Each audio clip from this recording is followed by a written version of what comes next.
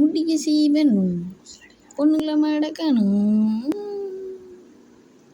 என்னடா இது இங்கேருந்த சவுண்டு வருது, பார்த்துக்கலாம்.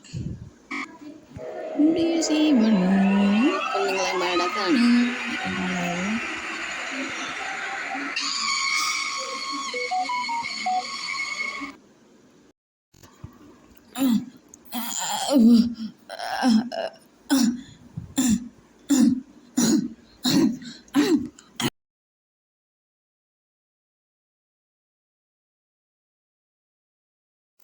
என்னடா இது ஒரு மாதிரியா இருக்குது.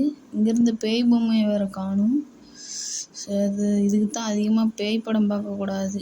சரி, திருநரை பூசிக்கிடுவோம்.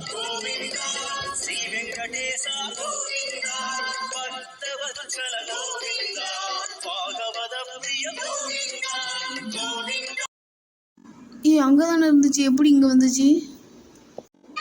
என்ன இது ரொம்ப அமானுஷமாக நடக்குது. இந்த பொம்மை பார்க்கறதுக்கே பயங்கரமாக இருக்க. இது என்ன பொம்மை?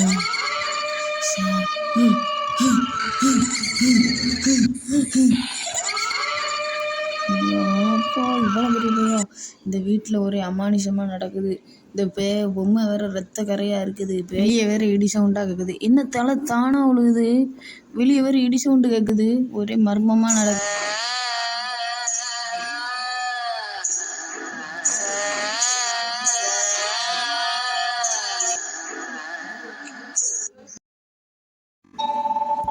ஐயோ ஒரு அமானுஷமாக நடக்குது. இப்போ என்ன செய்ய? சாமியாருக்கு ஃபோன் போடுவோம். ஹலோ சாமியார், உங்கள் வீட்டில் ஒரு மர்மமாக நடக்குது.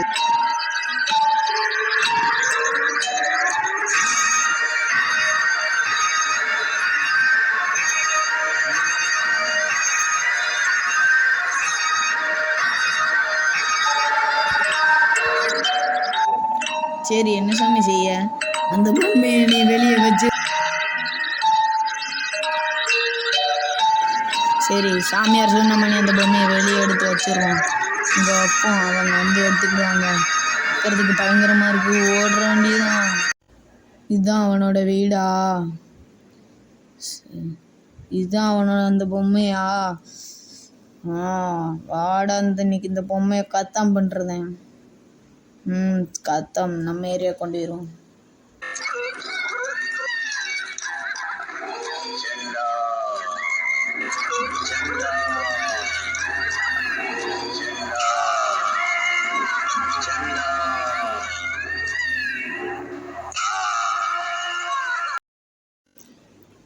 சரி இப்போ மகா பூஜையை பண்ணிட்டு இந்த பொம்மையோட ஆவியை எடுத்துட்டு இந்த பொம்மை கதையை கேட்டுட்டு இந்த பொம்மை ஆவியை விரட்டி பத்துறது தான் நம்ம வேலை.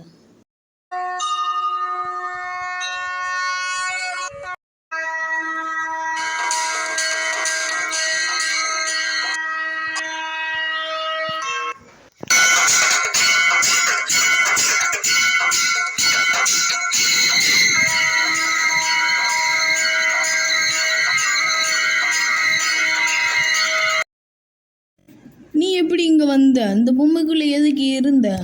எதுக்கு எதையும் பழி வாங்க நினைக்கியா நீ? ஒழுங்கு மரியாதையா நீ யாருன்னு சொல்லு.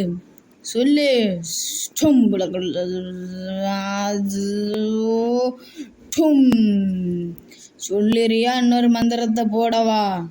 சொல்லு. இந்த பொம்மைனா எனக்கு ரொம்ப பிடிக்கும். அந்த பொம்மையை வச்சுருக்கும்போது எங்கள் பக்கத்து வீட்டுக்காரனை வந்து பொம்மையை பிடுங்கிருச்சு. நான் அதனால் பிடுங்க போனேன். அது அந்த அண்ணன் என்னை மெத்து மேலேருந்து கீழே தள்ளி விட்டாங்க.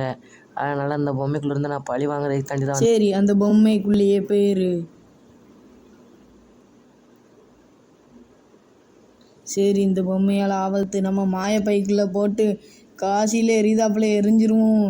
சண்டா முண்டா டும்டா.